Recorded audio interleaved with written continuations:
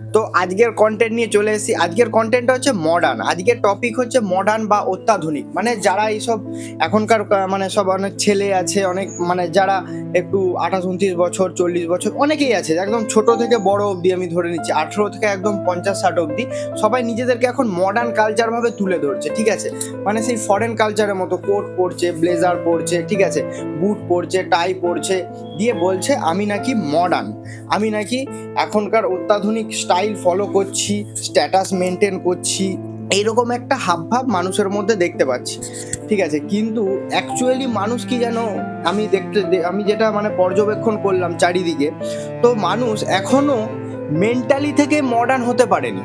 মানে মেন্টাল থেকে মডার্ন হতে পারেনি, জাস্ট গেট আপ চেঞ্জ করেছে, কিন্তু এইখান থেকে এখনো মডার্ন হতে পারেনি।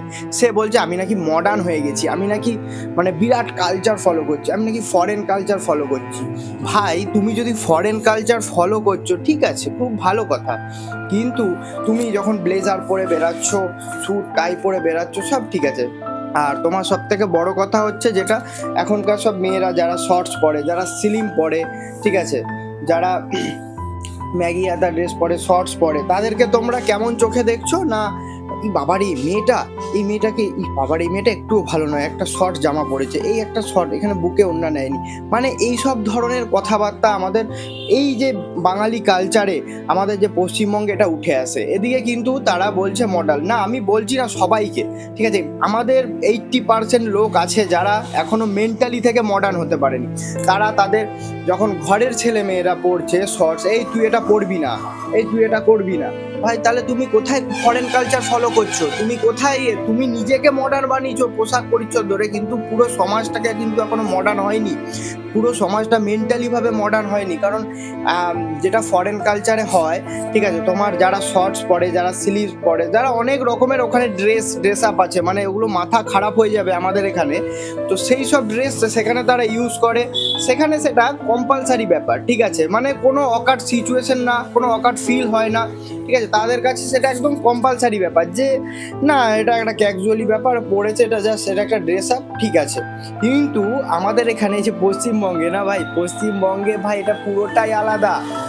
আমাদের পশ্চিমবঙ্গে কেউ যদি একটা শর্ট স্লিভ পরে, কিংবা একটা ছেলের কথাই বলছি, সে যদি হাফ প্যান্ট পরে, ঠিক আছে, একটু খালি গায়ে বেরিয়ে যায়, তাকে লোফার বলা হয়। তো সে যদি, ঠিক আছে, মানে মানে কি বলবো, মানে অনেক ধরনের জিনিস আছে। যেমন তোমাকে আমি একটা জিনিস বলি, এখানে ফরেন কালচারে ট্যাটুকে ফলো করা হয়, তারা ট্যাটুটাকে একটা আর্টিস্ট হিসাবে দেখে, ঠিক আছে, সেটাকে একটা ফলো করে, ঠিক আছে। কিন্তু আমাদের জেনারেশনে সব থেকে বড় ভুল যেটা, সেটা হচ্ছে মানে ভাই তুমি ট্যাটু করেছো মানে তুমি ভাই, তুমি একজন লোফার, তুমি একজন বাজিগার, ঠিক আছে, এইরকম সব কথাবার্তা এই মানুষের ট্রেডিশনালে উঠে এসে। কিন্তু হ্যাঁ, না আমি বলছি না যে সবাই, আমাদের 80% লোক এইভাবেই বিলং করছে।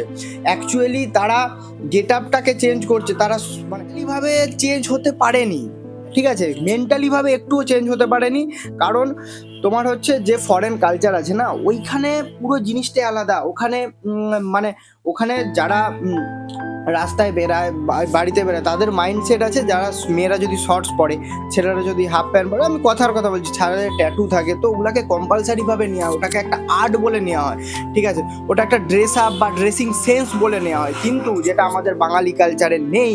তাহলে তোমরা ভাই, তোমরা দেশি জামা প্যান্ট পরো, দেশি ভাবে থাকার চেষ্টা করো, বেশি মডার্ন হতে যেও না। অত্যাধুনিক মডার্ন হয়ে গেলে তুমি মেন্টালি ভাবে নিতে পারছো না মডার্ন হয়ে গেছো, কিন্তু তুমি বলছো আমি নাকি মডার্ন হয়ে গেছি। তাহলে ভাই আগে মেন্টালি ভাবে 90% মডার্ন হও, তারপরে বাকি 10% মডার্ন তুমি পোশাক পরিচ্ছন্ন, ঘর বাড়ি সমাজ চারিদিক থেকে মডার্ন হবে। আগে এইখানে মডার্নটা হয়ে নাও, তারপরে তুমি চারিদিক থেকে মডার্ন বা অত্যাধুনিক হবে, ফরেন কালচার ফলো করবে। ওখানের কালচার ফলো করতে গেলে তুমি এইখানে বাঁচতে পারবে না ভাই, ওখানের কালচার টোটালটাই আলাদা। ঠিক আছে, আর আমাদের এখানের কালচারটা টোটালটাই আলাদা। তোমাকে সব হলে সবাইকে হতে হবে, তবেই এই মানে এইভাবে আমরা ডেভেলপ করবো বা আগাবো। ঠিক আছে, তো আজকের ভিডিওটা এখানেই ছোট্ট করে, যেটা আমি সমাজের মাঝখানে দেখলাম চারিপাশে, সেটা তোমাদের কাছে একটু তুলে ধরলাম। যদি ভালো লাগে লাইক সাবস্ক্রাইব করো, আর ভিডিওটাকে তোমার বন্ধুদের সাথে শেয়ার করো।